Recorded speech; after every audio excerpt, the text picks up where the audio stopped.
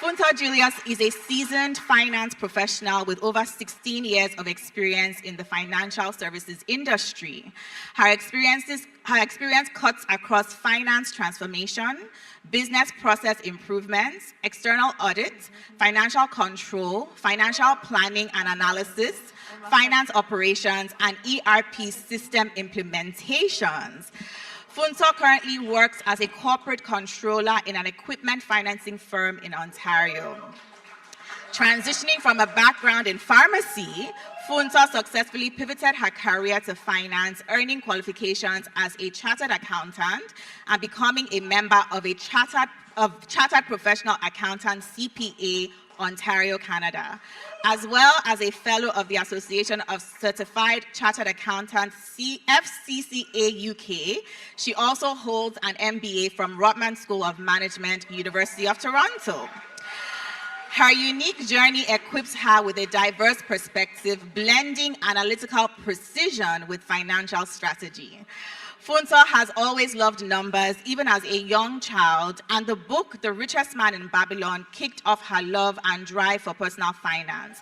Funta provides accounting support for small/medium-sized businesses in Canada and offers efficient tax planning services for individuals, self-employed sole proprietors, and corporations designed to help optimize tax situations and maximize financial outcomes. So let us welcome this powerhouse, Miss Funta Julia, to the stage. Have a seat.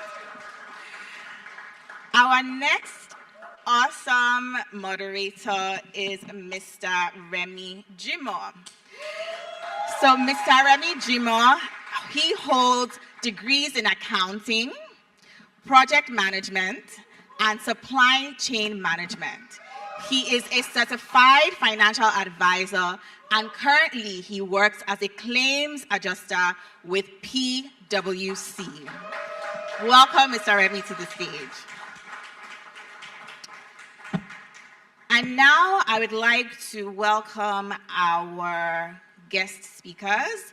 So these are people who have come from far distances to bless us with their knowledge. Again, not just their professional knowledge, because these are finance professionals, like I said before, but also with their wealth of personal experience. I've had the opportunity to meet each one in person and to even benefit from their advice personally, and I know that everybody today is going to benefit. So without further ado, I would like to read our speakers' bios.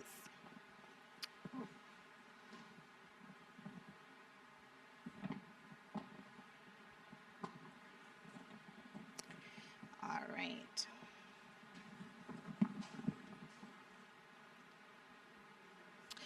Okay, so the first speaker that I would like to bring onto the stage is Eniola Abiodun, CPA, personal finance educator. So Eniola is a passionate advocate for financial literacy with over 5 years of experience helping individuals and families take control of their money and build a secure financial future. Eniola Abiodun helps companies and individuals manage their tax obligations, relieves them from the encumbrances that come with being overtaxed, freeing their time and resources to focus on their unique value add, helping them to flourish. As a financial coach, Eniola specializes in simplifying complex financial concepts, turning them into practical, actionable steps. Through workshops, one-on-one coaching, and community outreach, Eniola has empowered thousands of people to eliminate debt, build savings, and invest wisely, and create long-term financial plans. She is a convener of the Canadian Financial Independence and Retire Early, so FIRE community. This is a community of people driven to shrink the number of years to work optionally. Whether working with college students, young and midlife professionals, or those approaching retirement, she brings energy, clarity, and empathy to every conversation. I'd like to welcome Eniola to the stage.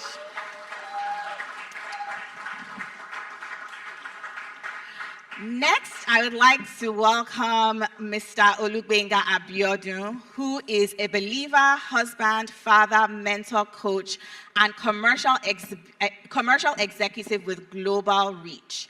He's an avid advocate for purposeful prudential living and the co-founder of The Wealth Score, a consultancy dedicated to helping individuals and family set and achieve financial goals in line with biblical principles. You can expect Olugbenga to bring candor, practical wisdom, and spiritual insights into all discourse. He has lived and studied across 3 continents and continues to travel around the world, curious about people, culture, religion, and governance. When he's not working or mentoring, Olugbenga enjoys spending time with his wife, Eniola, and their 4 children. He also leads and manages a men's football club. I'd like to welcome Olugbenga to the stage. Next, we have Mr. Adetola Adenaike. He is a strategic finance leader who specializes in finding simple solutions to complex financial problems. He has led financial planning and financial analysis teams at technology companies in Canada and internationally. And he is a trusted business partner to CEOs, COOs, and business leaders. Beyond his professional accomplishments, Adetola is passionate about achieving financial independence and empowering others to do the same. He is a mentor and coach to several people. Adetola is married to Shayo, and they are blessed with 4 children. I'd like to welcome Adetola to the stage. And now I'd also like to welcome Shayo Tola Adenaike to the stage. She is a CPA, she's a personal finance educator and a finance leader with over 17 years of experience in accounting and finance.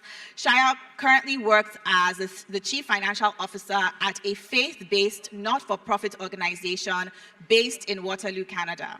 Beyond her professional accomplishments, Shayo is passionate about achieving financial independence and empowering others to do the same. She is the founder of The Finance Mom, a platform where she shares her experience, knowledge, and tools to help people advance on their journey to financial freedom and ultimately personal fulfillment.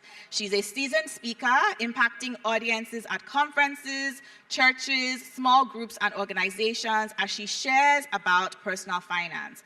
Shayo is an active volunteer in her community, investing time in advancing various causes and within her sphere of influence. She is married to Adetola, and they are also blessed with 4 children.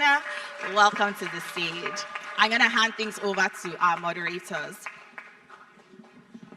So the way it's going to work is there's going to be a panel discussion for about 30 minutes, and then we're going to open the floor up to questions. So as the Slido app is, the Slido QR code is posted, please scan, please put in your questions, because in the second half of the session, our panelists are going to be answering the questions that you submit. Okay, over to our moderators. Thank you. Thank you very much, Yewande. Thank you for that. Welcome, everybody.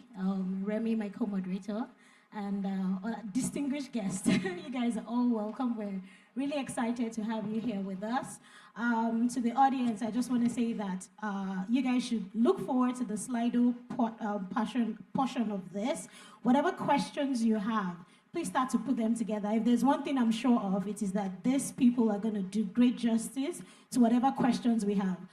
The questions are anonymous, so whatever questions you have, feel free to ask them. The code and everything is up when we do get to that session, and we'll do our best to answer those questions in the time that we have.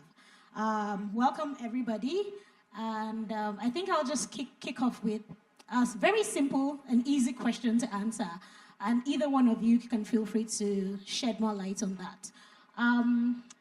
What started this personal finance journey for you guys? Like, what was the motivation? Why didn't you just live from paycheck to paycheck and be okay with that? What made you decide to do something about your personal finances, and what literally got you on that journey? Ladies first.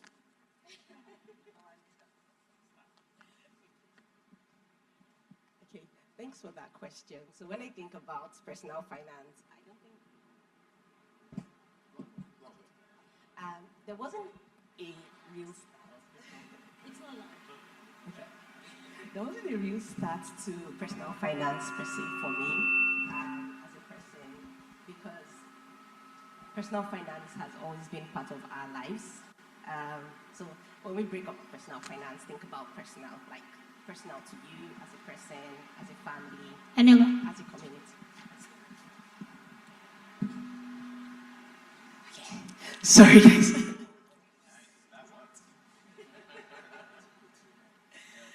Okay, I'll start again. I was talking about how personal finance has just always been part of our lives. Personal finance is two-part: the personal aspect, personal to us as individuals, personal to us as a family, as a community, and then also wealth, right? So we'll kind of delve into wealth a little bit more. But let's think about wealth in five aspects. Let's think about wealth in terms of our time, mental health. Let's think about wealth in terms of our physical health.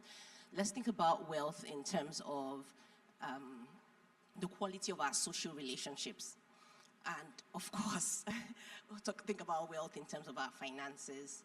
So those aspects, if you think about it, whether the personal nature of it or the different aspects of the wealth has always been part of our lives. And for me, then it would be then upbringing, right? So listening to my parents talk about different aspects of their wealth and growing up and starting to understand those different aspects and how to make those different aspects better. And then, of course, at some point, deciding to study accounting in my undergraduate degree, then like a bigger step in terms of, an introduction into personal finance. Thank you very much. Shaya, do you want to go? Yes, I'm happy to share some additional perspective. Thanks, Annie, for those perspectives. So I'd say for me and for our family, for me personally, growing up, so I grew up in an average Nigerian home. I would say lower middle class Nigerian family. Grew up in the times of, Abacha and all of those things. And so I grew up from that kind of family. And seeing real life, seeing struggle, seeing how we weren't poor, but we weren't rich. We could feed, but we did not have everything. We had to make choices, and we had to cut, and maybe they will call our names on the day of those that did not pay school fees. Sometimes, eventually, we'll catch up and pay it. So that's kind of like the environment I grew up in. And I remember when Robert Kiyosaki wrote the book Rich Dad, Poor Dad.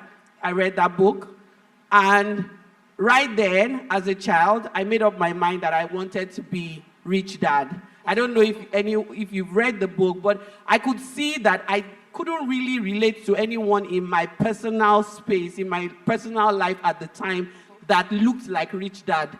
Most of the people I knew around me, were more like Poor Dad. And Poor Dad wasn't really poor. Like, if you've read the book, Poor Dad was someone that was living for an income, living paycheck to paycheck, they were surviving, they were okay, but I knew I didn't want that. And so that kind of like sowed a seed in my heart to say, there is more, and I wanted that more. And so it opened up my heart to, opportunities and possibilities where money works for me rather than me working for money. So I would say reading that book was the beginning for me, and it ignited a fire in me as a child. Like, no. There's a different way to this life. I want to learn it, I want to know it, and I want to open myself up to more opportunities. Thank you very much for that. Just like you mentioned, Rich Dad, Poor Dad, I think the book for me was Richest Man in Babylon. That was the one that got me thinking differently and say, okay, you cannot just be spending all the money that comes into your hands. You have to do something different with it. So I can totally relate with that. And of course, I've read Rich Dad, Poor Dad also. I just wanted to ask you guys are couples. Do you guys prepare budgets? I remember growing up, growing up in Nigeria was in the 80s. I remember my parents used to wait for the national budget. I didn't know what that meant, but I suppose a lot of people remember those days. Do you guys prepare a family budget monthly? Just a quick one here. All right, so let me take that one. So I'm the budget master in our house, right? So when it comes to budgets, you can't do finance without budgets, right? So on an annual basis, we have our cash flow budget. So we project what we expect to see on income and expenses, investments. At the beginning of the year, we project for the year. And on a monthly basis, we track it, cash flow, actual, and the budget, what's the variance, and why is it so. And the reason why I do this is, like you probably read in my bio, I'm a financial planning professional. So this is what I do in my professional life. I plan for companies, and if companies do this to prosper, they do their budgets, they spend a lot of resources to do budgets and to track it, then why shouldn't I do that in my personal life also? And we do that, and then it works for us. Yep. Yeah, I would say yes, we also have a budget. It wasn't always the case that we had a detailed budget, but I guess moving to Canada changes how you think and reflect on life. And linking back to the first question, where for me it wasn't reading a book, it's pretty much you, like most of us, we transplant ourselves from Nigeria to a new country, then you realize you're having to start afresh. That puts, you have different questions to answer, right? And then you figure it out on the way, and then as you learn, you realize, oh, if I knew that 2 years ago, we'll get more. We talk a lot about these things. And budgeting is one of the outcome of those, right? Pretty much you just realize, it makes more sense, as a couple, as a family, to have these conversations, to dial them down.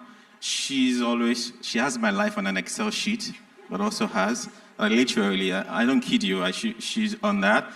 But I stay high level, just that we have a good balance, right? So pretty much that's how we sort of manage it, so we don't get too stuck in the weeds. But yeah, we do have a budget. That's interesting. I like when you said you're the budget master in your home. I think I could say that for myself too. We work with a budget too. At the start of the year, we start a budget. And I think I've traumatized my husband so much that once he sees me coming with laptop, he'll just say, I don't see Excel, I don't see Excel. I'm just starting my day with Excel today because he just knows where I'm coming from and what I'm bringing to him. Of course, eventually we'll sit down and look at it together and review. And we also adjust it as the year goes on and changes happen in the course of the year. So thank you very much for that. Before I move on to my next question, just another thing. I know that Eniola and Shayo, you both pioneered the FIRE group in Canada. I'm a member of that. For our audience, I was just wondering if you guys can, in a quick summary, share some light about what FIRE is. Yewande had mentioned it during our intro. The FIRE means financial independence, retire early. But just to give us an idea of what that movement is about and how it plays out. So I'll start with this one because glory needs to be kept where glory lies. So Eniola pioneered the FIRE movement, at least the one that we're aware of, and I've just walked alongside her in this. It's not. I don't want it to be like Eniola and Shayo. It's Eniola's baby. It's her, and I have been very privileged to walk alongside her to nurture the community. So I just wanted that out there and to be really clear on that. But what is FIRE? So FIRE means financial independence, retire early, and it's a movement that has been on for many years. Some people are really, really into the movement. And I would say I stumbled on the movement through Eniola. So Eniola moved to Canada 2 years before us, but we have been really good friends. We've been really good friends and then best friends over 2007. So that's 18 years or so. 18 years. So, and we've always been focused. We just never knew the name of what we were doing. So as a family, we've always been frugal. We've always been about how do we increase our income? How do we reduce our expenses? How do we invest the difference? And so we've always been investing together, sharing opportunities and all of that. And then my friend moved to Canada. We were still dragging our feet in this process. And we decided together to move to Canada, but she moved 2 years. We literally wrote IELTS and all, but she's very focused. She's like, once she wants to start, boom, she goes for it. And we were still like dragging feet. So she found out about FIRE, and she's like, this thing we're doing, this journey we're on, it actually has a name. So it was kind of like we had been doing it, following the principles, and then we found out that, oh, there's a full curriculum on this thing that we're doing, and it's really around people that have chosen to live the way other people do not live, so that they can live the way other people will not live. So it's about how can I be disciplined for the short term so that I can build wealth rapidly, and then I can stash away a lot for the future, and then I can live a life of options. I can choose to work or not. I can choose to take a break or not. I can choose, because I've stashed away enough and my money is working for me in overdrive, I don't need to work as hard anymore. That's kind of like the concept of FIRE. Okay. Thank you, Shayo, for that introduction. Just to interrupt, lesson there, find yourself a good friend. I completely agree. Okay, I think Sharon did a good job of explaining what FIRE is. So I'll just talk about how it's meant, or what it meant personally to me. So growing up, my understanding of financial independence was not the way FIRE is. And so coming to Canada, when we came to Canada, we didn't liquidate all our money in Nigeria at once. So we pretty much had cash in our account for like the first few months. So it wasn't really like liquidating, but we knew that the end goal was to move fully to Canada and move our assets out of Nigeria. So at that time, my mindset was, how do we invest in Canada? Because in Nigeria, we're doing treasury bills, we're buying real estate, we're doing things that were Nigerian, like we knew to do in Nigeria. So mutual funds, Eurobonds, we're doing those kind of things. And I felt that coming to Canada, this is a completely new environment. And how could we possibly invest in this environment? What obtains here? And it was in the process of doing that kind of research that I stumbled on the FIRE movement and what the FIRE movement is. And it was very,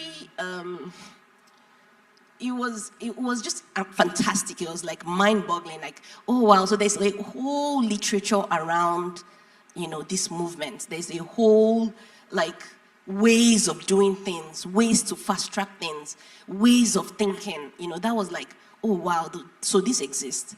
And Shai and I talk about money a lot. So I come from a middle-class family, and the little money conversations were more around working hard. So my parents instilled, you know, that value of hard work, like, you know, you have to be hardworking, you have to study hard, and when you study hard, it brings a lot of opportunities your way. So he would say things around the kind of work you should do, the kind of work you should avoid.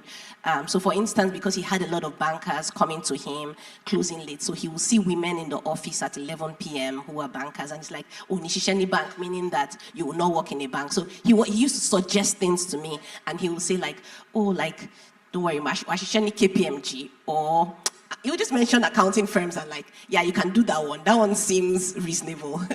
Even though when I eventually started working, I felt we're in the same category, because the first home we rented when we got married, there was a guy who was a banker in the terrace apartment. There was a guy in the apartment right next to us, and we used to drive in at the same time. So I'm like, me and the bankers were driving in at the same time also. All this Onishishani Bank is not working. So that's pretty much, and then just how it was in my mind, I'm like, so many people don't know. For me not to know, for Shayon never to have mentioned it, even my husband, like, I'm telling him, I'm saying like, this is happening, this, like, it means a lot of people don't know. Another thing that I found out about the FIRE movement was a lot of the literature was US based. So I'm like, we need to have literature, like Canada-specific literature around FIRE, and start to educate people around FIRE. And we're like, okay, let's start a group. I asked Shaya if she would be admin, and she's like, what would that entail? Like, am I going to be flexible, that kind of thing? And pretty much that's how, and she's been like the spirit behind it. She's been like the fire behind the fire community. Like, I'm sure people in the fire community know Shia more than me, to be honest, because she's far more active. And pretty much that was how fire started. And it's been a very, very awesome community, like where we learn, we grow, we challenge each other. You know, last year, for instance, one of us shared the testimony of how he made 7 figures and how he grew into a 7-figure income in 3 years. And that kind of really challenged a lot of people in the group to say, we need to stop thinking. And when you think about average income in Canada being around 60,000 mark, you know, and someone is telling you it is possible to make 7 figures and telling you the exact way that they made 7 figures, it kind of challenges you in a new way to start to think about what am I doing or what can I do differently.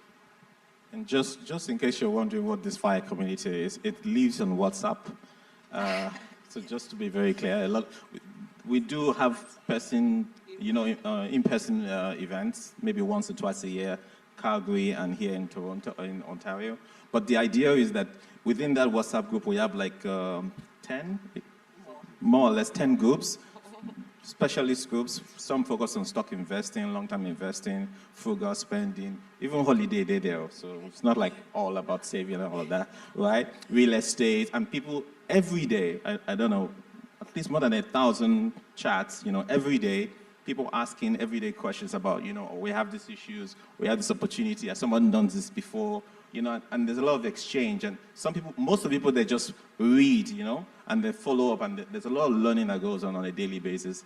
And it's been a blessing. The group is full, but... I was just going to say that the group is already full, in case anyone has ideas. Nobody's leaving. Everybody's staying. Yeah. And we've exhausted the WhatsApp limits. And there's probably like 300 and something people in waiting. So it's also like, there's the limit of WhatsApp. It's really hard for us to... So if anybody has ideas of how we can expand the community, that'd be nice. But it's been a blessing for many based on what we've heard.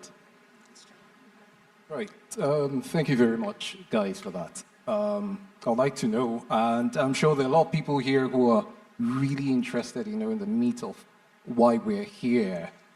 Okay, I'll start with this question. What's a financial mistake you've made, and what did you learn from it? Being who you are as, not as finance persons, but firstly as individuals, yourselves. What mistakes have you made? What lessons did you learn from it? And what would you like other people to learn from these? Okay, I'll take that for my family, right? So there's no way to, there's no way to actually grow wealth without making mistakes sometimes. The issue is let the mistakes be few and far between, and then learn from the mistakes, okay? So for me and my wife, before we got married, we've been finance people, we've been investors, and we've been financially knowledgeable, right?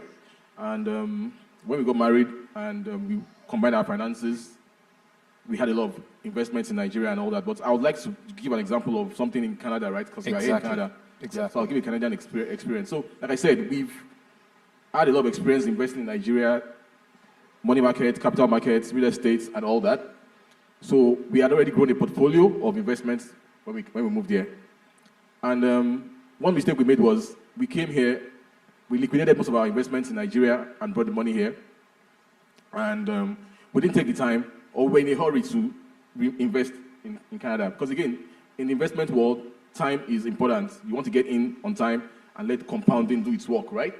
So we came to Canada and we brought all our assets and we immediately replicated the knowledge we had from Nigeria without taking the time to understand the specifics of Canada and what we need to actually learn. So we made some mistakes. Some investments we put our money in went down. They're still there, right? But real estate and also in stocks. Well, basically, we didn't take the time to understand the Canadian market. So that was the mistake, and we've learned from it. So before we make any investments now, we take our time to understand. It's basically fear of missing out, right? When we came in, real estate was going up, and a lot of people were saying, oh, you need to invest, it's going to continue going up. So we didn't take our time to, and again, in Nigeria, that's what happens. Real estate is always going up in Nigeria, right? So we're like, makes sense. So we didn't take our time to understand the market and to understand that there are cycles in the Canadian real estate market and other investments. So we've learned the lesson now. In any investment we want to do as a family Or even when we talk to our friends, we tell them, don't worry, don't take your time, don't rush. There will always be investments for you to make, right? So that's one mistake we made here. Please. So I'll take then for our family. I'll probably give two. Candidly, the first one is, I would say, us not taking our partnership on the finance level very seriously earlier on, pretty much. You know, some things, as a couple, you just leave them hanging. Everyone knows what they need to do. You just move along. So candidly, that's maybe something we could have done better in terms of sort of prioritizing that sort of cooperation on the finance level. It's never too late. Encouragement to those out there. The conditions, of course, are dependent on both of you. The second one is real estate, pretty much. And for that one, as in, we got burnt once because we invested because our friend invested, right? And because they are Nigerians, the builder was a Nigerian. Big mistake, right? Now, it doesn't mean that you shouldn't invest because your friend invests. It shouldn't mean that you should not invest because a Nigerian is involved. But of all our deals, it was the one that I consider we were a bit lax because we expected that some things were already in place. And then it turned out they were not as solid as we thought. But again, they're manageable. I mean, it could have been worse, but it's something that we now look back and say, I mean, we won't do it again.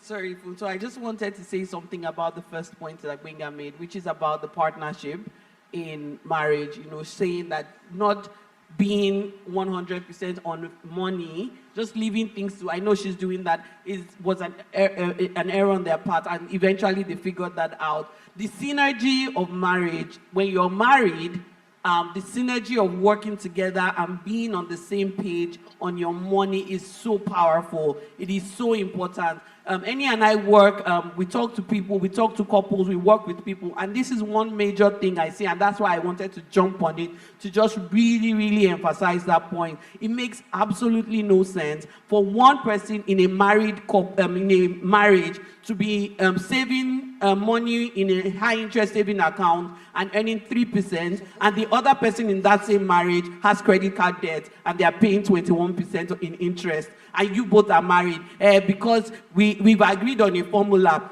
She contributes 40%, I contribute 60% on the rent and all of that. Every other person deals with everything. I deal with my own investment, he deals. It is a big problem, and it is too. The point of marriage is that one will chase 1,000 and two will chase 10,000. And combining your finances, combining your approach to your finances really, really ensures that two are chasing 10,000. So you're working together, you're on the same page, you're all optimizing your money at the same time and saying, why do we have this credit card debt when we are earning only 3%? Okay, let's eliminate that with this money, and then we are figuring it out together. So I really encourage, I just had to take the opportunity, even though that question wasn't asked, to encourage every marriage couple. Figure it out. I know there are many reasons not to combine finances. Trust, it spends too much, she doesn't know how to manage, and all those reasons. But we have to figure out how to get on the same page. It is almost impossible for us to be going the same direction, but one person is going that way. That person is going to pull the other person back. So I really, really encourage marriage couples to be on the same page on finances and work together as a team. And just to make sure we underline it well, and this is a different session on its own, we might need to incorporate therapy as part of the... You guys are starting to break the table, right, but so continue. I would like to say that sometimes combining finances too early can be more devastating for the couple than not. So it's important that you agree on the basis first, have conversations, check your temperament, take responsibility. We should smash this table, but we don't have time, right? So because we said this, doesn't mean now you're gonna rush your husband at home or your wife and say, you heard, you know. So for me, it's so important, and I don't think we have enough time, but It's really, if you can figure out how to work together, I think you're on your way to generational wealth. And Canada is hard enough, right, that you really, both of you, pulling in the same direction. Thank you very much for that. Really nice one. Like I said, you're starting to break the table, but it's very welcome. Break the table. We're here for it. Okay, my next question. So I'm just gonna ask you guys, like we've all mentioned, we all moved to Canada in the some recent years ago, and everybody has had to either replicate what they were doing before or change it in one way or the other. So my question is this: what advice would you give someone who feels a little bit behind financially, like they're starting too late and they're not really sure where to go? And just to add a bit on that question, Shayo, I'm going to cast you a little bit. Shayo had a mini retirement a couple of years ago. Yes, she's laughing because she didn't see that coming. And that was her saying, where I am right now, if I choose not to work again for the rest of my life, I'm okay. And I remember the first time I saw the post, I'm like, okay, Shayo, we started at PwC together. What's going on here? But it was very motivating. Like, you sometimes see people in, and I mean no disrespect, but you see people in their 70s, 80s still having to work because they possibly didn't plan properly, or maybe life happened, I'm not sure. But essentially, not everybody is at the same stage of their journey. So for someone who feels like they didn't start early enough, or they're starting a little too late, or maybe they're even just about to start, what advice would you guys give to them? So, because you have decided to cast me, I'll start, and then any of us, I'll just share this. One thing I always say is, when you wake up is your morning. I think it's a Nigerian saying from a part of the country. When you wake up is your morning.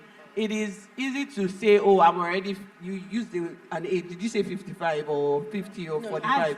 Whatever. You're at an age that you feel like, oh, it's too late, what do I do? We have to remember that in Canada, the life expectancy in Canada is 87, I think, about 90. Like, I meet 80-something-year-olds that are still working, 90-something-year-olds that are still working. So let's not have our Nigerian brain that typically in Nigeria, when you are 60, either you have money or not, you retire.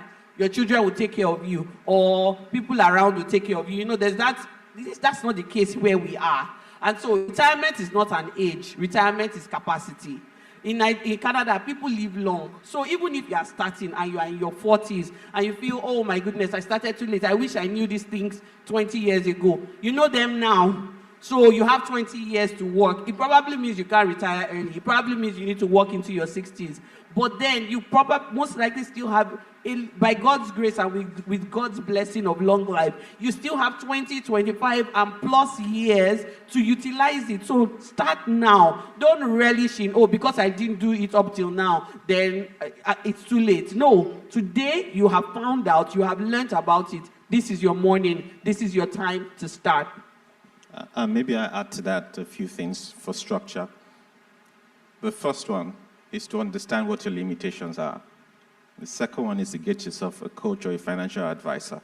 The third one is to build a plan, a realistic plan, right? And the fourth one is to be accountable on that plan. And maybe you need to consider, if you consider it too late, what is the alternative? Do nothing, squander the rest, what's the alternative? Which is why which is a really good way to study this.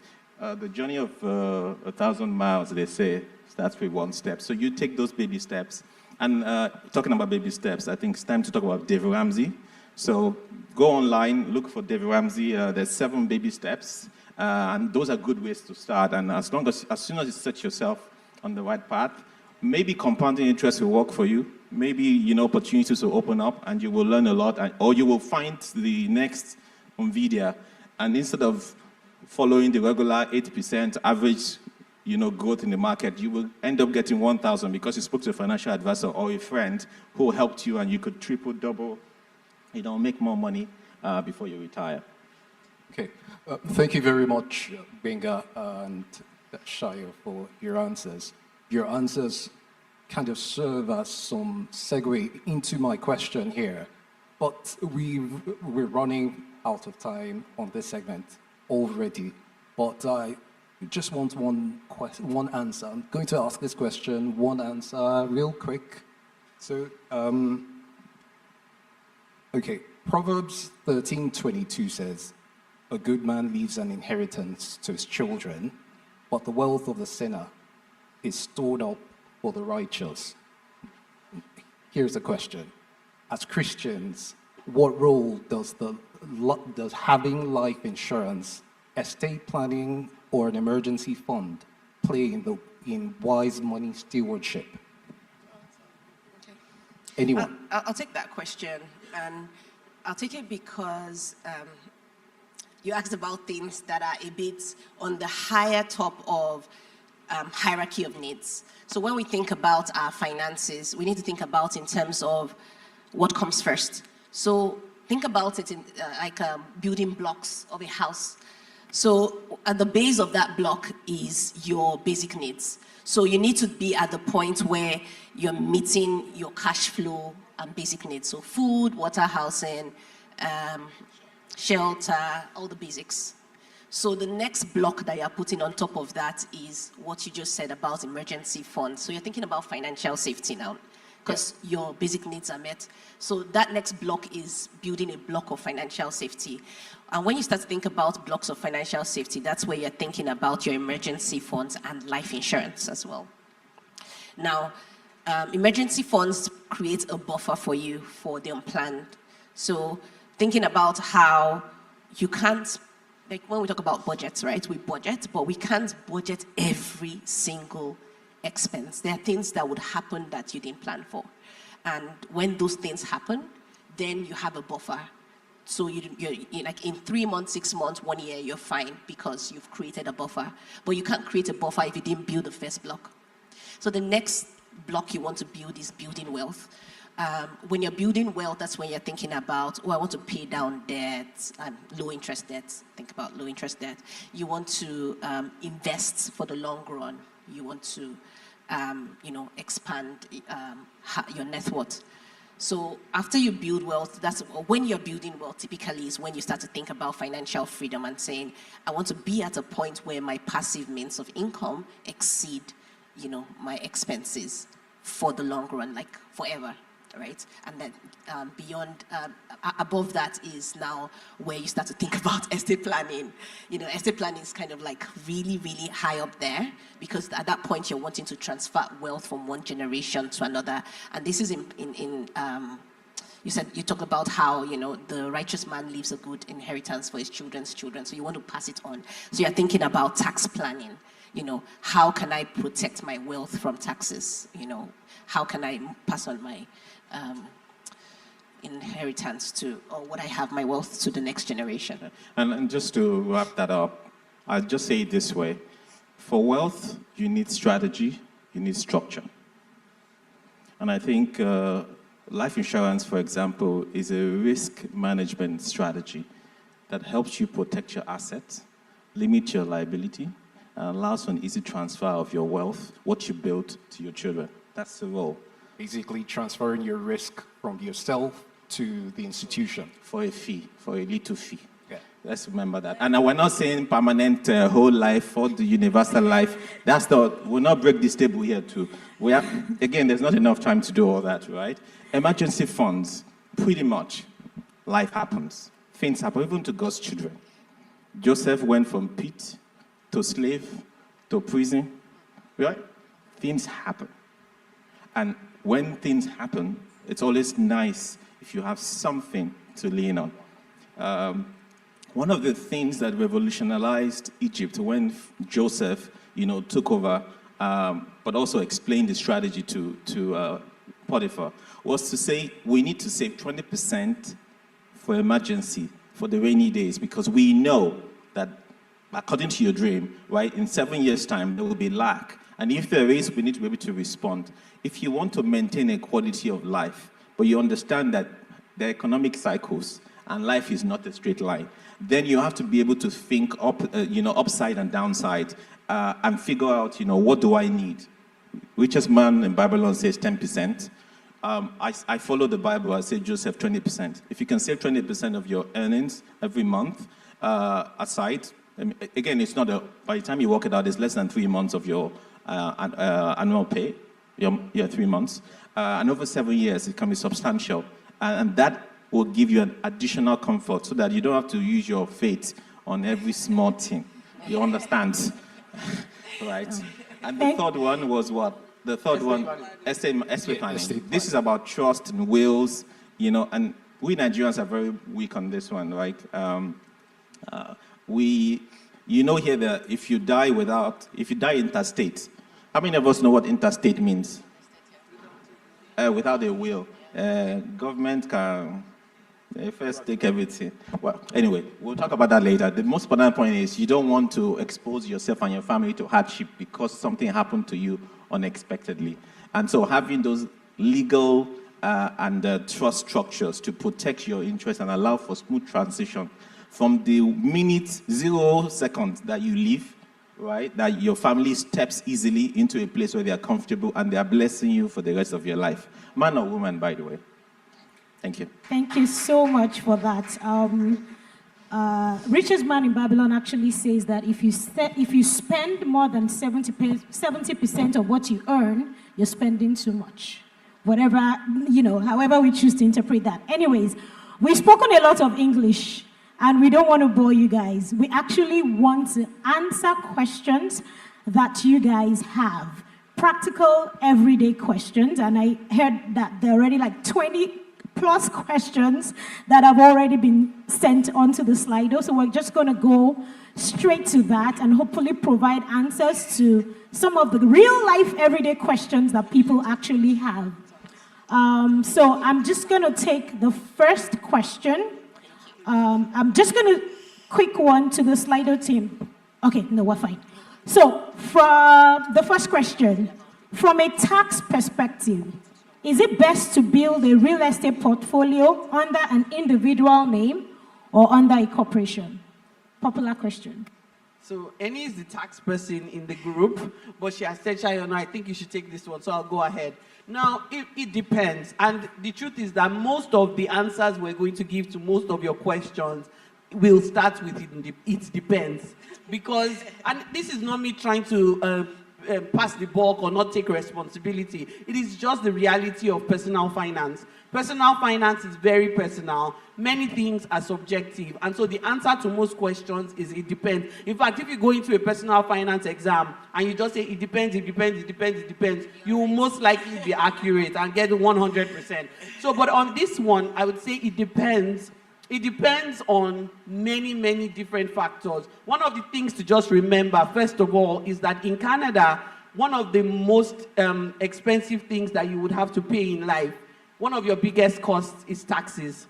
And so anything that gives you an opportunity to avoid taxes or minimize them or defer them, embrace that one first. One of the most powerful tools that we have as Canadians is something that is called the principal residence exemption, which means that any house that you live in, when you sell it and you earn capital gains on it, capital gains is you make more money, you make money on the sale. That capital gain is exempt from taxes. Therefore, at a minimum, I don't give financial advice, but my counsel is typically that the house that you live, you own it in your individual name, because if you own it under a corporation, then a corporation cannot live anywhere. A corporation is an entity on its own. So the house you live, you need to own it in your name. That's usually what I know. There are people have a lot of financial gymnastics around that to say, oh, the corporation owns it, I rent it from the corporation. There are a lot of things, but general rule for most of us, own the house that you live. Now, when you're investing in real estate, there are different ways. Some people prefer investing through a corporation. I personally like it simple. My number one rule of personal finance is that whenever things get too complicated, run away from it. They are made more complicated so that you don't understand it because they want to confuse you, and most likely it's bad for you. So anything that is not very straightforward and you don't understand it, I run away from it. So Personally, I would say, and many mortgage brokers, I'm not a mortgage broker, but mortgage brokers typically say it's okay to own the first 4 houses in your personal name. Because once you have a corporation, there are complications and there's like additional filing requirements, there's like additional things that you need to do. And the benefits might not of owning a house under a corporation might not outweigh the cost. I know typically they say once you go beyond house number 4, most times it's difficult to have the capacity to access loans in your personal name, and so you might have to switch into a corporation. But don't feel overwhelmed by it like, oh, I need a corporation from day one. You can, I know many people that are able to borrow in their personal capacity up to property 4. Some people even stretch it to 5. Once you are going beyond 4 or 5, then yes, you absolutely have to transition into corporation. And if you have four houses and you're going to 5, you need a tax advisor. Thank you very much for that. The next one is a comment. I'm just going to read that before we go on to the question. So someone said one way to extend the FIRE community is to create a WhatsApp group and name it Fire 2. I don't know if you guys have capacity for that, but that's a suggestion out there for you. Remy will go on with the next question. Thank you. We wish we could duplicate ourselves plus our regular one, but if we could, we would. And we thought about that, but let's see. But thanks for the advice. Pray for us to fire quickly. That's this can be right. our full-time job when we are fired. That would be really nice and very kind of you guys. I should say, I believe on that same group, that same fire group, you really, if you're not on that group, you're missing out. But it's also a very good thing. When you get the chance, when they open it up, please do join. The next question says, I currently have $20,000 free cash. What will your advice be on how to invest it? It's really urgent to this person. The money is choking you, Abby. That's the first part I need to address. Stop urgent. It's not urgent. I'm sorry to say. I know we talked about how time is your friend and you want that money to compound quickly, but it's not urgent in the sense that investing in your knowledge would save you a lot of money than putting that money in a place where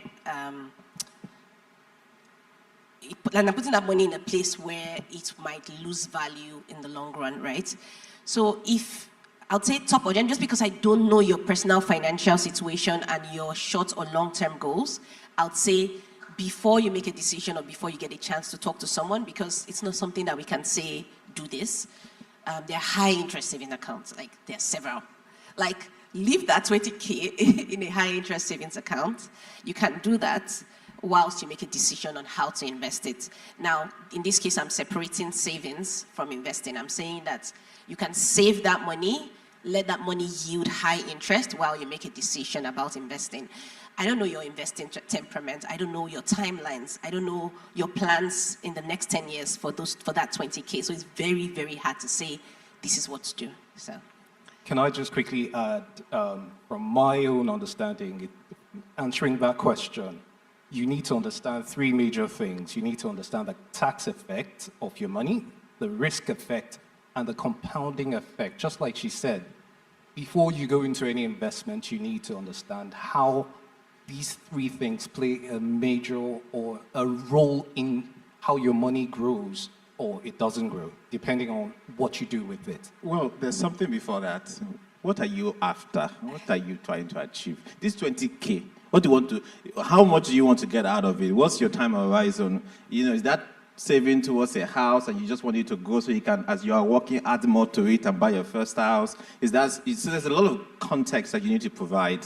Maybe after the sessions, you can walk up to any one of us and give us a bit more context, and then we can give you the right advice. Otherwise, you seek an investment advisor. Can I just add to that? So one of the things I always say is, if you need to ask someone, what do I do with this 20,000? Then you are not ready to do anything with it. So just pack it and invest. And Annie started with that, but I just wanted to emphasize on that. So there are 2 ways. You invest in your financial education, like you spend time learning. so that you don't need to ask anybody, what do I do with that money? By yourself, you have to figure it out. Or the other option is you pay someone to advise you. So that's a fee-based advice. So the person will tell you, based on this money, but I don't advise you to pay anybody with 20,000. Like the people that pay people some money to advise them, it's like lots of money, and then you can pay for advice. But if it is, we're talking about 20,000, you need to learn, invest in your education, and then you can figure it out by yourself with the knowledge you've gained. What is more urgent is that you don't lose the 20K.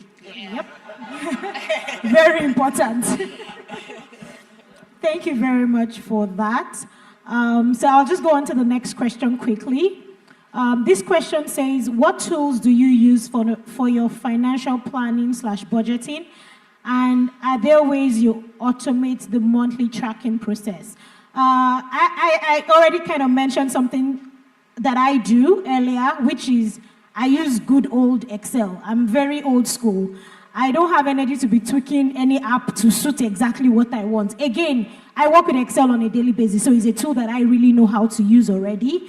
And I just use that, and I can tailor it to tell me exactly what I need to tell me. So I know what percentage of our family income we spend on food. I know what we spend on housing or clothes. Like, I know that because I want to see it. I want to know when one particular category is taking too much money than it should be taking. I want to know what percentage are we saving? What percentage are we spending? Are we spending everything? Or are we saving everything and we're living in penury? Like, what exactly is our situation? I use good old Excel, but I'm guessing our guests can tell us what they use and to manage that. I think Funto has answered the question, right? We use Excel, right? So if you don't know how to use Excel, you could learn, or you could, I mean, there are free templates online, right? Some people use apps, but we use Excel. We keep it simple. With our finances, we keep it simple. And like you said, if I want to know what happened last year, 2 years ago, Excel keeps all the details, right? So up till when we came to Canada, we have the Excel sheet that shows exactly what ratio of our income went to groceries, went to investment, went to real estate, and all that. So at any point in time, it's just there's Excel, yeah. So I just want to add, for the singles in the house, if you want to choose someone to marry, choose someone that knows how to use Excel if you don't. But I'm just kidding. So on top of, I agree with what they've said, but I understand that Excel can be a barrier for some people. I personally am an accountant, but I don't like Excel. My husband, like he said, he's the master of budgets. Like, I don't want to deal with Excel. I don't want to live in a spreadsheet. So I understand that. And so for someone that doesn't want to do Excel and live in a spreadsheet, you have to consider other options. My husband mentioned apps, but a lot of our banking apps in Canada also help. They provide insights. So you can also rely on the insights from your banking app and then, export it into, Excel.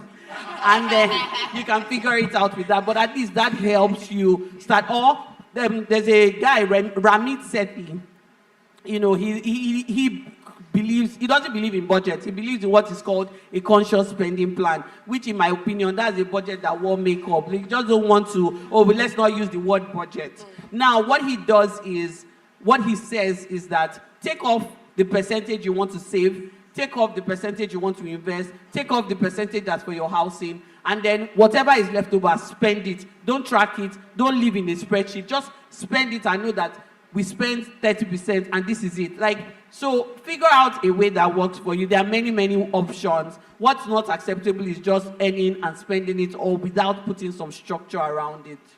So because the person used the word automate, even if you use Excel, you're not really automating. It's actually a manual process, right? So I used Mint for a while, a couple of years ago, just to see how the app works.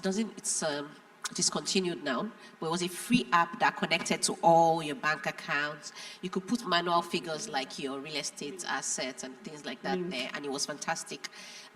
People who used to use Mint said every dollar works for them. It's just, I'm not sure they have a paid version, but a free version, but every dollar is a paid app. So if everything we said didn't work, you could try one of those. Lots of paid apps. Empower, you need a budget, there are a number. It's just that you pay monthly, and you can hear from all the people that are using Excel. These are all fire people. They don't want to pay any subscription. Anything they can get for free, they don't want to be paying. That's why they are saying Excel. But there are a lot of paid apps that you pay monthly, and they would link directly to your bank account and draw these analysis for you. I generally believe that, and we use Excel, so I told you my life is on an Excel sheet. So, if your net worth is not like north of $1 million and you are not earning 25,000 a month and you don't have like 60 investment equities that you're tracking, keep it simple. Pretty much. You know how much needs to come in, go out, know your ratios, adjust, track your spending. If you use a credit card, just sit down 1 hour every month. Just look through everything, add them together. I was hoping to spend this on groceries. How much do I spend? I was hoping to spend this on utilities. And then over time, you find averages. Is that good enough? Is that bad? Are we spending too much? Ask your friends. In your house, do you spend 700 on utilities? Because my own seems a bit, no, we spend 500. Then we have to do something different. Pretty much. Just keep your life very simple and sort of more dynamic. That's the best advice I can give you. So use Excel. In the end, use Excel. Yeah.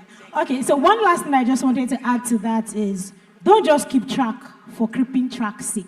If you are keeping track and moving on and not doing anything about the data you're seeing, then really what's the point keeping track? What you get when you keep a track is supposed to help you plan better so that you can see exactly where your money is going, see if you're okay with it as it is, or see if there are changes that you really need to make. Thank you. Don't have a deco over this matter. Sometimes the goal might be just that I had a plan and I followed my plan, period. Right? It could be as simple as that. So you all need to figure out, but I definitely agree. When we are tracking stuff, there has to be objective in your mind. If you're going to do generational wealth, right, sometimes the details are so important as you transition from one phase of wealth build to another. Like building blocks. You start from the first level to the next layer and the next layer. Thank you very much for that, Binga. I think one key takeaway from what they have said here is keep it simple.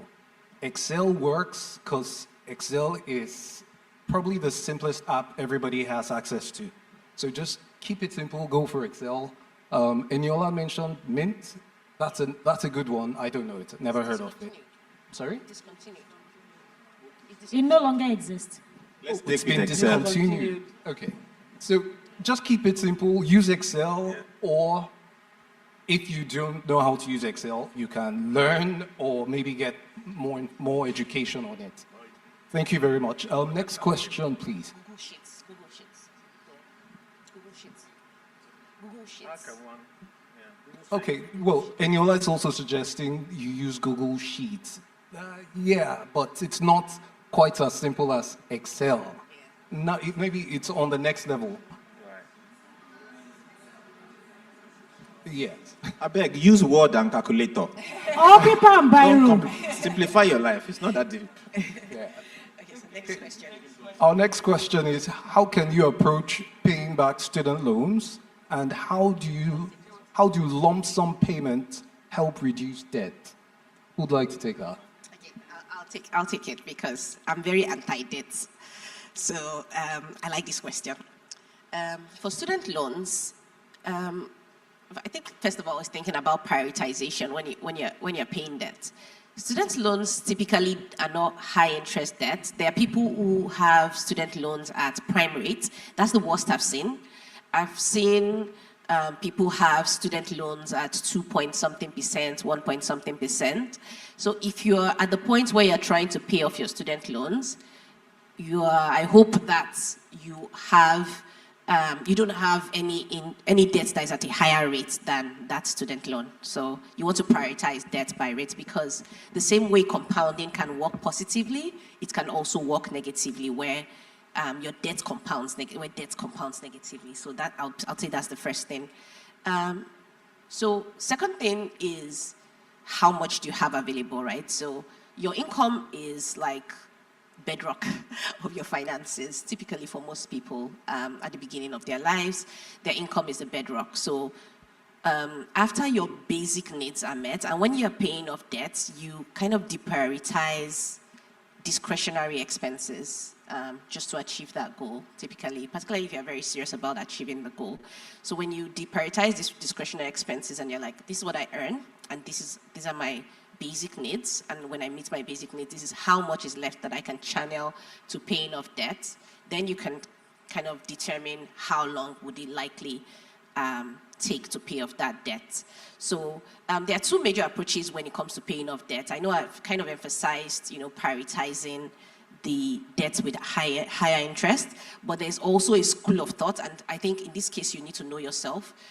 There's a school of thought around paying off. So if you have a debt, maybe to RBC of $50, to TD Bank of $100, to another bank of $150, there's a school of thought that starting with the 50 kind of keeps that motivation going. So you're like, oh, that one is gone, so let's face the 100, So sometimes when it comes to motivation, assuming that they are at the same interest rates, when it comes to motivation, some people would prioritize, smaller debts before larger ones. So I think those are like thoughts around. There was a second aspect of that question around lump sum payments. And I would say lump sum payments are fantastic when it comes to paying down student loans, but then you have to have the lump sum, right? So when you have the lump sum, you pay them down. Lump sum payments are even more visible and more effective when you talk about paying off larger loans like mortgages. When you see people, there's a school of thought around don't even pay off your mortgage, right? But there's also a school of thought around paying it. So depending on where you stand, when you're paying off your mortgage, you find that when you put in a lump sum, the amortization would shrink. Like we've seen amortization shrink by over 10 years. So say for instance, you have a 25-year loan and you're putting in a lump sum, and that lump sum payment makes your the time to paying it off shrink to 15 years, for instance. So lump sum payments do actually, the RBC has a very fantastic calculator around, if I put in this amount, how does it impact the time to pay off loan? It really works. I've tried several calculators, including CD and other banks, but I find the RBC one more mature, like in terms of like the functionalities and flexibilities. Let me back up my wife a little bit and say, in other words, the real answer is it depends. And it depends on your situation, what type of debt you have, and that you need to prioritize the payment off of your debt from the higher rate before you come to the lower rates. And as student loans are typically lower rates, or sometimes with grant portions, you need to be sure you have no credit card debt, no private lender debt, no HELOC debt, no mortgage debt, some of those things. And then after that, one thing I think my wife didn't say is, then you have to analyze your opportunities. If you can invest in the market and get like 8-9%, and your mortgage, your student loan is 2%, there is a conversation about whether it makes more sense to invest in the market, get 9%, and then later you can pay off the 2% much faster because you're able to grow your money at a faster rate than the debt is burdening you because it's at a lower rate. And I think this is really very essential. The final point that my wife talked about, which is the value of lump sum, is that typically, if we use mortgage as an example, the banks or the lenders take their interest first, right? And usually there's always, for every payment, if we think about mortgages now, not necessarily student loans, is that there is the principal payment and there's the interest payment. And the banks takes their interest first. So the component of your principal is actually small, but it grows as you pay down that debt. Right, so there's huge power in lump summing when you can on this kind of debt because you increase your equity. It's like forced saving. You increase your equity in that asset, and then you reduce the time it takes to clear the debt out of your panel. Okay, thank you very much for that. I'm just going to add a little bit to that, basically because I have personal experience. When they read out my bio and they said, oh, Rockman MBA, everybody clapped. That MBA cost me $120,000 that I did not have. So after MBA, I didn't know where the money was going to come from, but I just told myself that I'm paying this thing off in a maximum of 4 years. When I came to do my MBA, I didn't have my PR, so I came in as an international student. So I didn't have access to loans in Canada. So I got a loan from, there's a company The name has run away from my head just this second. I remembered it before. But it starts with a P. Prodigy, thank you. So Prodigy is a UK firm that gives student loan if you're going to some certain schools. And the loan was in USD. So here I am. I just finished MBA and I just started collecting my first salary. And I'm having to take a large chunk, convert it to USD, and pay loan every month. We've already established that I'm an Excel person. So one of those days that I didn't have anything to do, and I put everything on Excel. And I saw that if I paid off that loan over the timeline that Prodigy had given to me, I would have paid $200,000 in total. That means I would have paid $80,000 as interest only. The day I saw that was the day my sleepless night started. Because there is no way. I was just telling myself, God forbid, I will work $80,000 and give people just because my father did not have money to pay my MBA when I was coming. I said no. And I really just started to think about what to do. Honestly, I didn't know what to do, but I just knew that this cannot happen. So every month, I would put it on Excel. When I make a payment, I'll go back and check my balance. And if I pay like $1,000, for example, maybe $300 was what was going to principal, $700 was interest. And it was just pinching me. I'm like, no, this makes no sense. Luckily for me, because God helped me, because it's not like I did anything special. Luckily for me, COVID happened. And we all started, I'm sorry, because COVID is not a good event, but I'm saying that COVID happened and it was an opportunity to work remotely. And that was what got me out of my sleepless nights, because I got a second job and every dime I got went into paying off that student loan. Every extra dime I got. I didn't want to dip into our normal everyday finances because alongside we still needed to be investing, we still needed to be saving. I didn't want to pause all of that just because I wanted to pay off a loan. But I was able to do that. And every month, my husband, when I say I'm broke, my husband will look at me like, you have 2 jobs, how can you be broke? I say, oh God, that money is not my own, it's for Prodigy. As it's coming in, I'm paying it up. Because every time they calculate the loan, they calculate it on the balance that is remaining. So the more I'm able to pay down the balance, then the less interest I pay in the long run. And that was kind of what saved me. But it's also a lot of planning.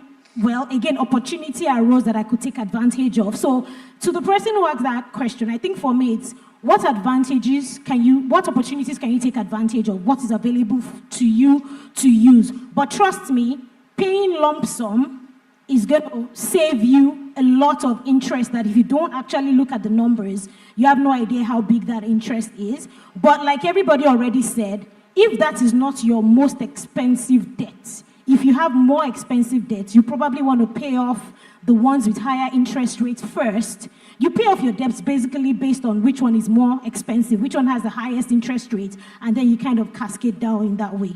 If you like by one-line summaries, it means that the borrower is an employee of the lender. Exactly. I was trying to be nice because there are many debts in the house. And the second one, obviously, is not all debts are bad, right? But I mean, if it's a goal, and we encourage you to have the goal to be debt-free, right? Then it's a very important conversation that needs to be had and needs to continue, even at the family level. Next question, please. Okay, the next one is just someone commenting on, I think, what we talked about earlier. Person says, I use Claude, an AI tool, to assess spending, personal and business. I uploaded statements, and it helped me assess gaps. AI makes mistakes, but it saves time. And just before we move on to the next question, because we're running out of time, and I'm hearing that there are tons of questions waiting, we're going to try to limit each question to one response, guys, please, just because we want to try and get through as many questions as possible. I can give that a quick go and just say it's about principles. It doesn't matter which tool you're using. We still encourage you to learn for yourself, right? The principles of money making, money management. And after that, whichever tool you use, whichever school of thought you belong to, they are not as important as you being financially literate. Thank you. The next question here is, what's your perspective on investing for children? I'll take general investing for children, from my understanding, the cost of educating your children today is probably, that's for a Canadian child, it's anything from $4,000 to $10,000. In the next 10 to maybe 20 years, you could be spending $80,000 for the same education. What's your opinion on that? And please, let's have... Amongst us, we have 8 children, so thanks for the statistics. Okay, so it's a nice question, right? Like investing for children. But again, there are different perspectives to this, right? So I'll go back to when I was a child. And that was my introduction to finance, right? I grew up in a house where my parents were savvy and they knew, I mean, my dad was a businessman. My mom was also working in a company where she had a lot of bosses that were also investors. So my parents, very early in life, even when we were very, very young children, they were investing on our behalf. They were buying shares for us. So we grew up seeing dividends in our names. So I'll see my name, 5 naira. Oh, this is your dividend from so stock and all that. And I'm like, oh, so I didn't even work and money is coming in. So that was my introduction to financing, right? So our parents did that for us, right? However, what is the benefit now of those stocks that they bought for us? That's a different story, right? But the benefit there is that for me, investing for my children, I mean, investing for me by my parents introduced me to investing and to the understanding that there's actually a way to make money without doing anything. The money is just there working for you, right? So from that perspective, it's good. However, we are here in Canada, right? And let's face reality. Before I even invest for my children, have I maximized all the options available for me to invest? So have I maxed out my TFSA, my RRSP, my first-time mobiles? I mean, all the incentives that are available for me, right? Do I have enough income to max out those ones before I think of investing for the children? Now, when we talk about investing for the children, what exactly are we talking about? Are we saying buying shares for the children or buying properties for the children? Yeah, different people have different income levels, right? But the first thing is invest for yourself. That's the way I see it, right? Yeah, so for the children's education, RESP is there, right? Yeah, so you could actually invest in RESP to pay the children's school fees when the time comes. But for me, based on our environment in Canada, I would say maximize the investment opportunities for yourself before you think of the children. If you want the children to have knowledge of investing, like I said I did, because of the investment my parents did, there are other ways to go about that. The children are aware of our conversations on money and all that. Even coming here today, the children are aware we were coming here and they were asking, why are you going there? So our children are aware of investing and what they need to know about investing. So we don't typically invest for our children except RESP and all that, yeah. Okay, I understand it's only one person to answer this. I can see Benga has... I was going to make a joke. When you're on the plane, they ask you to put on your mask first before you put for your children. Because if you're alive, you have a better chance to save them. Exactly. That's right. Thanks for that. Thank you for that. So next question, it says, at what point is it advisable to start picking individual stocks over index funds and ETFs? And what is the best strategy for picking individual stocks? I feel like the person that asked that question knows the answer to that second part. I was going to say that whoever asked this question is not in class 1. The conversation today is class 1 conversation. That person is asking like class 3 or class 4 conversation. Personally, so at the end of the day, it really, really depends. Personally, I am team index funds. And the thing is, asking that kind of question on this kind of day when we're talking general and we're talking principles, can take us into details that we don't really want to go into. But because this person has asked, I would just say, I don't think personally that there's any point where you should even begin to invest in individual stocks. I believe that index funds is the way for long-term, consistent long-term investment growth in the stock market. However, what I recognize is that our personal ego will not accept that truth.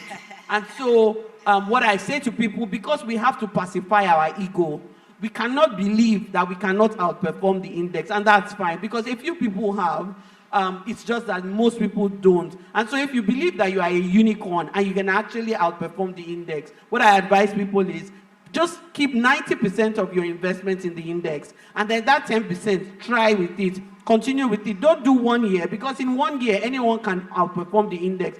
Even 5 years, I won't rely on your results for 5 years, but do it by yourself for 10 years and compare your long-term performance against the index. And then based on that, if you believe you can outperform the index, then move all your money, and then whatever strategy you use for that 10%, apply it on 100% of your portfolio. Well, I don't want to go into those details because, like we said, this is a real principle-based general class, and we would prefer to keep it that way. Thank you. Thank you very much, Aya. Okay, what's your perspective on life insurance? This takes us back to insurance. What's your perspective on life insurance, and how can it help in building wealth? I think this question was answered earlier. Sure. Was it? Do you want to take it again? I'll take it. So when it comes to life insurance, think about life insurance as something that you pay for financial safety. So it's such that if I die today, there's an amount that goes to all my children or whoever I designate as my beneficiary. I don't want us to think about life insurance in terms of building wealth for 3 reasons. And the first one is mortality charges, or just think about the cost of term insurance.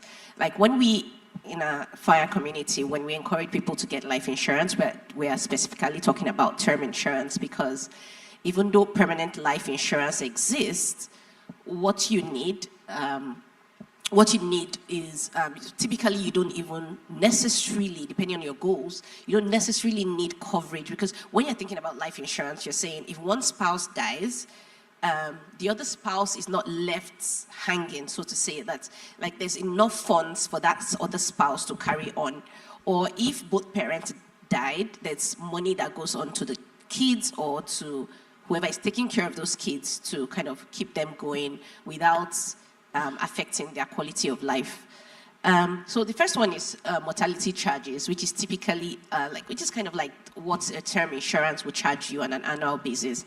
In a permanent life insurance, typically, because when you think about building wealth, you're not thinking about term life insurance. Term life insurance is just typically to cover you for a period of time. Usually there's term. The maximum I've seen in Canada is 35 years. So there's terms of 5, 10, 15, 20, up to 35 years that I've seen in Canada. So there's an annual charge for that amount. And even in a permanent life insurance plan, there is a charge. But what we find is that typically that charge in a permanent life insurance is higher than if you just got a pure permanent term life insurance policy. The second one is the cost of investing. Now, we don't have control. None of us here has control over how the markets will perform. The little that we have control over, one of the things that we have control over is the fees that we pay for investing. In Canada, you find that typically mutual funds charge between 1% and 4% for you to invest. And people don't think about, because if you think about 1%, I mean, what is 1%? Yeah? Well, I know Ijebu here. Well, we don't think of 1% in terms of the portfolio value. Like that 1% is charged on the entire value of that portfolio for every year that portfolio exists. So in the long run, it can be a huge sum compared to reducing that cost.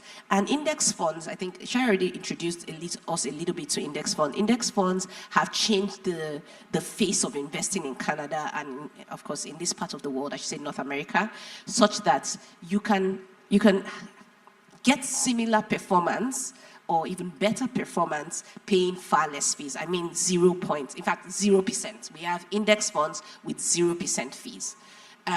Even if you didn't get 0%, 0.2, 0.02, 0.03, you find very little fees. But what we find in terms of fees within the permanent life insurance policies, the ones that we've reviewed, we've seen that there are higher fees, much higher fees than we encourage in the community. And the third thing is another fee.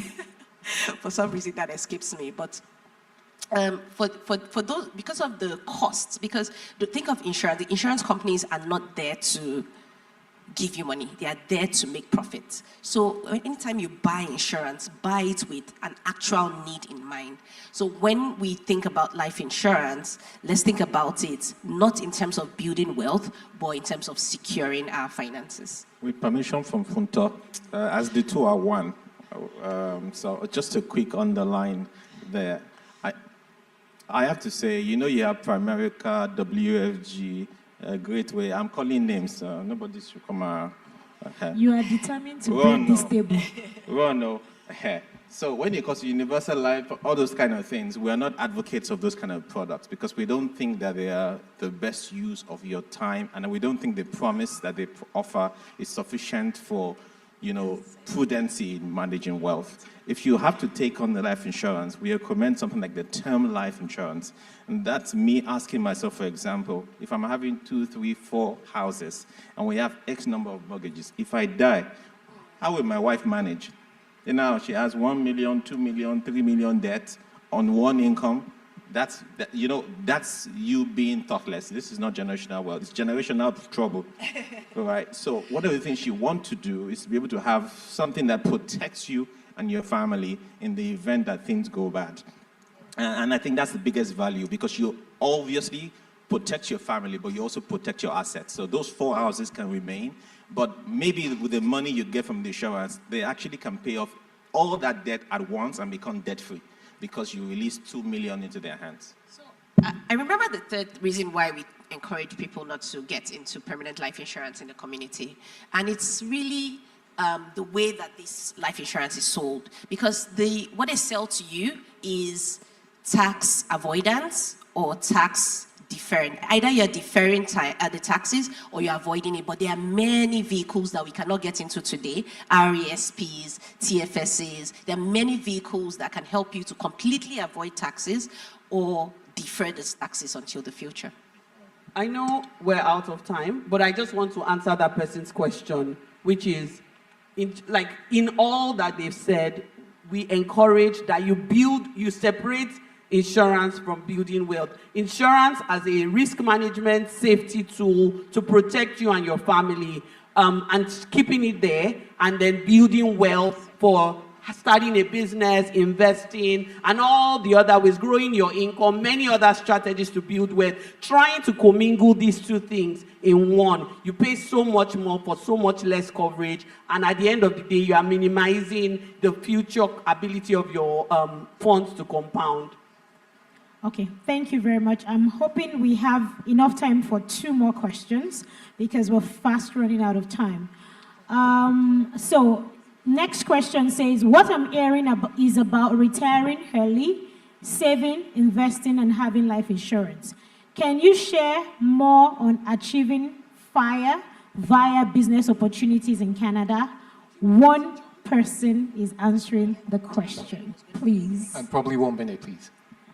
One person. Quick response. Yeah, because I already introduced this. So I mentioned business, which is great. So the truth is that 4 of us, most of us, we have primarily focused on investing and real estate, like passive investment opportunities, because running a business is active. It's an active investment opportunity. But I can say for sure that running a business is one of the best ways to achieve financial independence very, very quickly. It's just that, firstly, there's a lot more risk in doing business than in being an employee and being frugal and saving. So you're taking on a lot more risk. But I can tell you that there's a lot more reward if you put in the work and God's grace and everything shines on you, because they say it's only 5% or so of business owners make it to the 5th year, and only 1% or something actually go to the next generation. So running a business is a fantastic opportunity, but there's so much risk involved. So you have to, be aware, and there are ways to mitigate the risk. So, for example, starting out that business smaller and having it as a side hustle while you're still working, so that you can test it out and grow it before you decide to pivot into it full time. And then, putting in the work is really, really important. So we're not against running a business. In fact, We're so pro running a business. We just recognize that there's a huge risk involved. And so you need to know the risk and you need to embrace it and understand it. And then, we're rooting for you. We need more business owners in our community. We need more people to build and grow businesses, because you can't really pivot to next level. The world is the oyster of business owners. People that, pardon? Oh, boomers retiring, like people in the older generation retiring. There are those opportunities to potentially, rather than starting a business, buying an existing business. But then there's capital. Where does the capital come from? And so we always encourage people, start where you are at, build where you are at, and then you can pivot. But absolutely, where teams have a business, where teams grow a business, where team, we say it all the time, business is the way. Bam. I like Shayo's opinion on starting a business. It's really important. Well, it's a good thing to start a business. However, it's also very risky. And one of the ways to mitigate against the risk of failure in business is to find a mentor. I just wanted to add this. But there have been a lot of people who have gone into business without understanding it. And this is to say, especially amongst Nigerians, you hear one person is doing very well in this business, you jump into it. You don't want to jump into fire. Not this type of fire, but you don't want to literally jump into the fire. So find someone who can mentor you, who can coach you while you grow before you commit your resources into the business. I think we just have time for just one more quick question, and that will be it. There are a lot of fantastic questions being sent to my phone. I'm sorry we cannot get through all of it. But the next question says, how can we maximize tax benefits like CCB, GST, Trillium, and child-related deductions as a young family with limited income? When it comes to maximizing tax benefits, okay, I want to take it from two aspects because I'm not sure what this person had in mind in terms of maximizing. Are you saying how can you ensure that you get more CCB, GST, Trillium, and other payments? Or are you saying how can you make the most of the proceeds, right? When it comes to you. So if you think about it in terms of increasing how much benefits you get, so think about it in two ways. So think about it first in the sense that don't be too, as much as you want to get as much as you are eligible for, so which means either increasing your knowledge and when you're filing your taxes, making sure that you put in all the right deductions that you're eligible for, even plan ahead for those deductions. You also want to not have that long run mindset. Sometimes we don't think about how heavily our mindsets are, but also have that mindset of not being dependent on those needs to meet, on those payments to meet your needs in the long run. Also because government benefits are not like cast in stone, they can change. Canada has been very stable. They haven't made huge changes to benefits in short periods of time, so they'll probably be there for a very, very long time. But think about it in terms of when the money comes, you want to use it to meet your basic needs, and the same way you would use any money that comes to you, right, to build those blocks of your personal finances is the way that you would use those amounts when they come to you. I hear a school of thought that says, when those amounts comes to them, they invest the money for the children, but not everybody's able to do that at certain stages of life, so you want to think about it that way. Some people also, they make income within a corporation. Some people would make income within a corporation such that they keep the income that they make within the corporation. That way, their personal income does not increase, which means that taxable income doesn't increase, and they're able to maximize the amount of government benefits that come to them. So. Thank you very much. We're going to collate the questions that we have. We're going to send it to our guest, and we're going to try our best to answer them. However, there is one question that was consistently coming up, and Shayo has requested that. That's a question she would like to answer. So I'm going to crave her indulgence to just take 2 minutes to answer that question. And I'm just going to read it out because I have it here. The question says, as a newcomer family with limited resources but strong work ethics, what 3 to 5 key financial moves should we focus on this year to build a foundation for wealth? And I think it's a really great question too. It is, and I saw that question pop up, and I really wanted to answer that question because I absolutely love it. But I also believe that it's not a question for just that one person. It's a question for many of us. Many of us can relate to that. I'm a newcomer. How can I get ahead? And so I want to say that, first of all, your work ethic will speak for you in whatever you do. So, which is why I really appreciated you, emphasizing that, because your work ethic that you brought from wherever you are, you have come with transferable skills. Do not doubt them.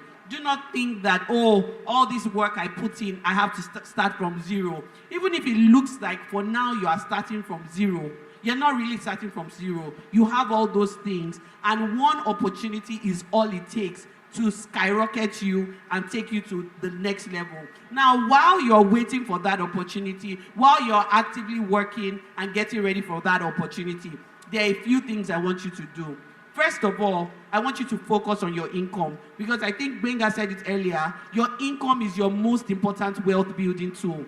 Not only are you thinking about your earnings, you're also thinking about your capacity to earn. There are some levels you are that your earning is capped. You cannot earn beyond so and so level. So look at yourself, do a critical self-analysis. The best earning person in this my field, what are they earning?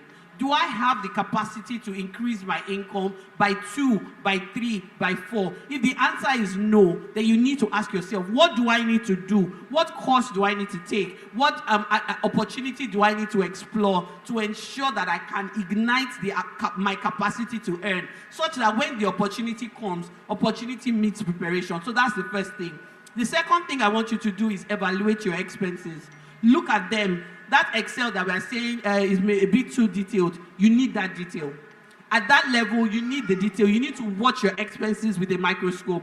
You need to ensure that you are watching them. You are not spending more than you should be spending. Keep it small. Don't forget about the Joneses. Forget about the clothes. Forget about the stuff. Those things don't matter. The Joneses don't care about you. In fact, there's barely any Nigerian that is called Jones. So don't worry about the Joneses. Focus on yourself. Be focused on this goal that you have for yourself. And then the next thing is investing. Like, try. Even if it's a little, it's hard, I know. It's difficult, I know. But even if it's $100, figure it out. Open a small account, a TFSA account. Put in a little.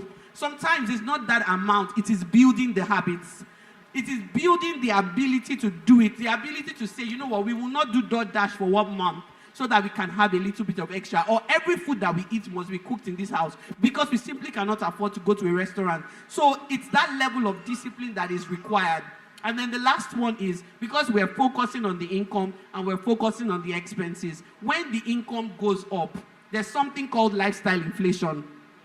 It's a normal human trend. If you are living in lifestyle inflation, it's not because you're a bad person or you are indisciplined. It is just the normal thing. As your income increases, the expenses increase. Now it is your responsibility to watch those expenses and peg them so that the income is increasing, but the expenses, even if they are increasing, they are not increasing at the same level as the income. The expenses are increasing by 10%, but the income doubled.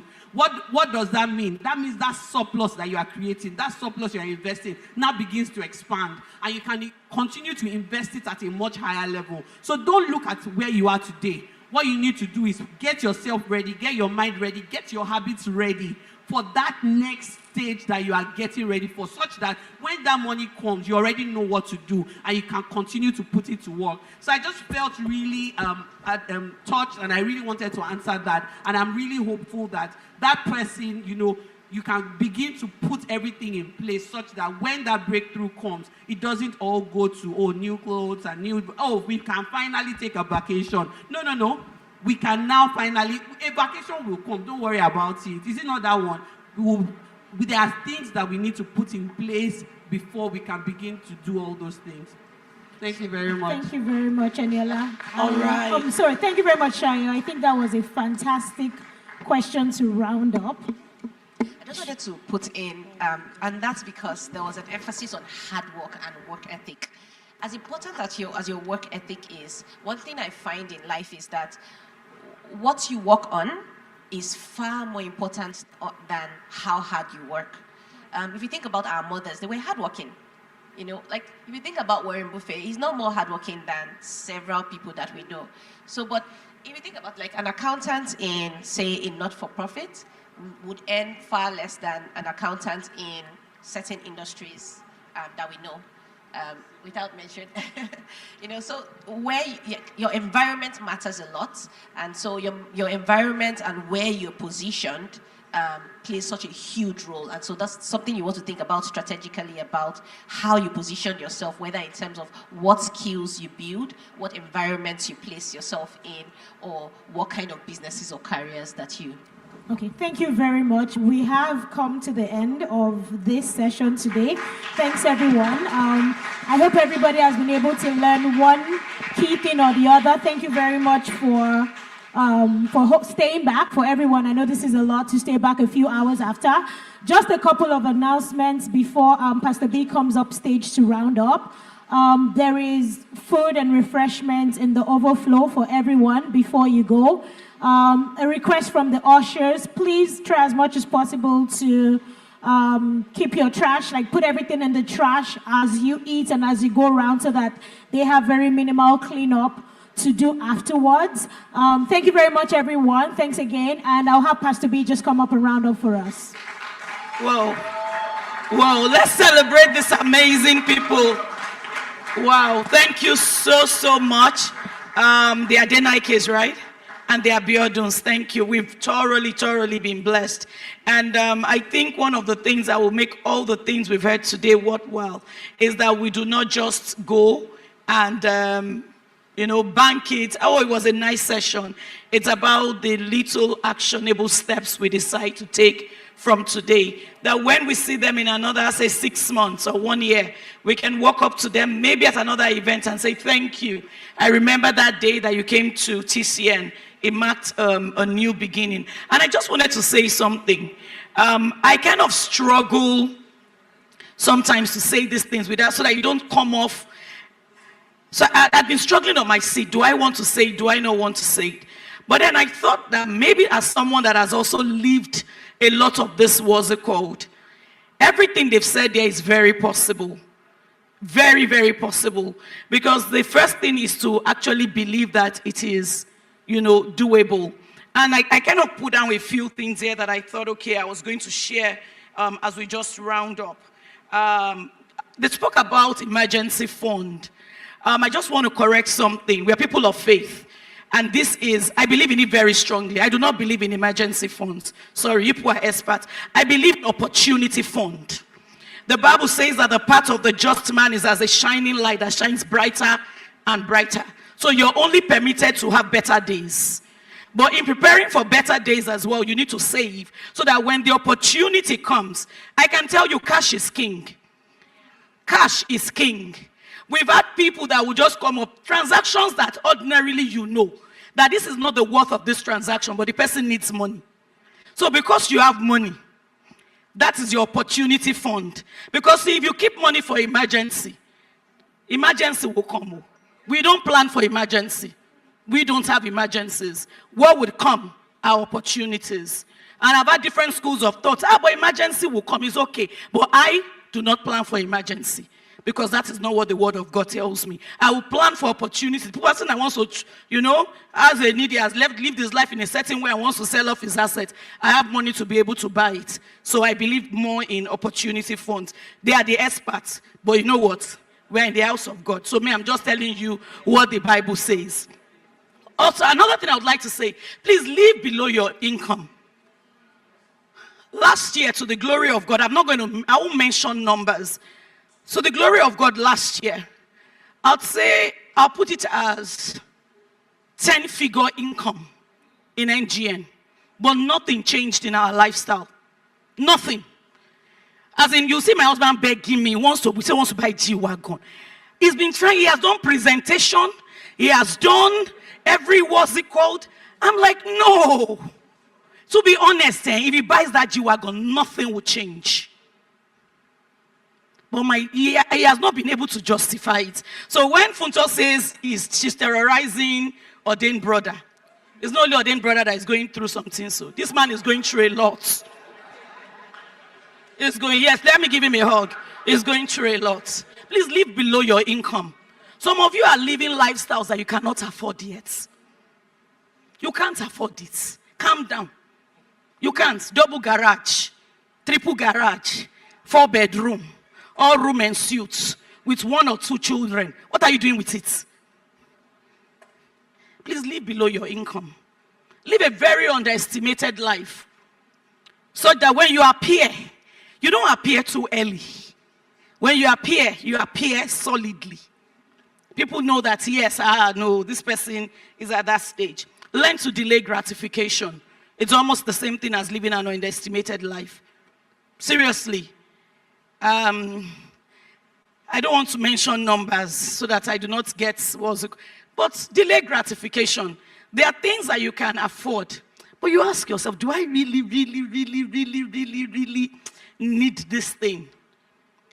I could relate when they said, I think, sorry, what's your name again? Shayo said she wanted to retire. At some point in my life, I said, if I don't work again, I'll be okay.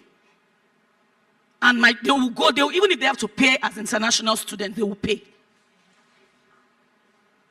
Live an underestimated life. Delay your gratification.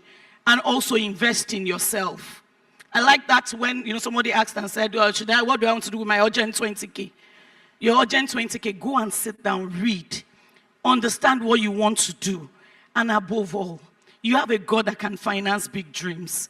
Not to take away from things like budgeting, all these things that people are saying they are good. Somebody's checking Excel, somebody's checking. See, and there's a place you will get to. There's Excel. It's just formality. God finances big dreams. Seriously. ERSP, SSPP, SDP, NRC, all those things for school fees. They are good. But there's a more excellent way. That is when school fees comes. How much is this school fees we are talking about? God finances big dreams. So start from the place of even building capacity. Asking the Lord. The Bible says that cattle on 1,000 hills are his. Don't have small. Well, and it's not. I agree with everything they've said. But I'm saying there's also something about investing in yourself that you can begin to dream big dreams, begin to think of big things. And trust me, God can do it. I've said to you people several times, if your dream does not keep you awake at night, it is not a dream. Your dream must keep you awake. That you're driving past Mississauga and you're seeing high-rise buildings. And you're saying to yourself, what does it take to put up one of those structures? There's a hospital I went to, I don't remember, I think it was Stamesa that had a baby. And that hospital, they said it was funded and built by a group of Jewish women. I can't remember the hospital. Mount Sinai. And as I walked out of that hospital that day, I said to myself, a day would come that an institution would have my name and some wonderful women as well to say this was built by Omobolanle and some people. Have big dreams. Not all this nickel and dime and all of that. God can finance it. But it starts with being faithful in little. If God has committed little into your hands and all you're thinking is Louis Vuitton, what's that one? Red Soul. And I don't even know, Louboutin. Life is in stages. Men are in sizes. A time would come that you would afford those things and you would not even know that you took money out. And let me tell you, even when you get to that stage, you're asking yourself, does it really matter? I love what you said, my sister. Jones is not... I'm telling you. So nobody is interested in the appearance. And I know that which we have heard today, when we see you in months to come, you'll be very proud of the lives that you have transformed by the information. We really, really do celebrate you guys, and we say thank you. Church, can we give them a round of applause? This is how we celebrate our speakers. Thank you so much.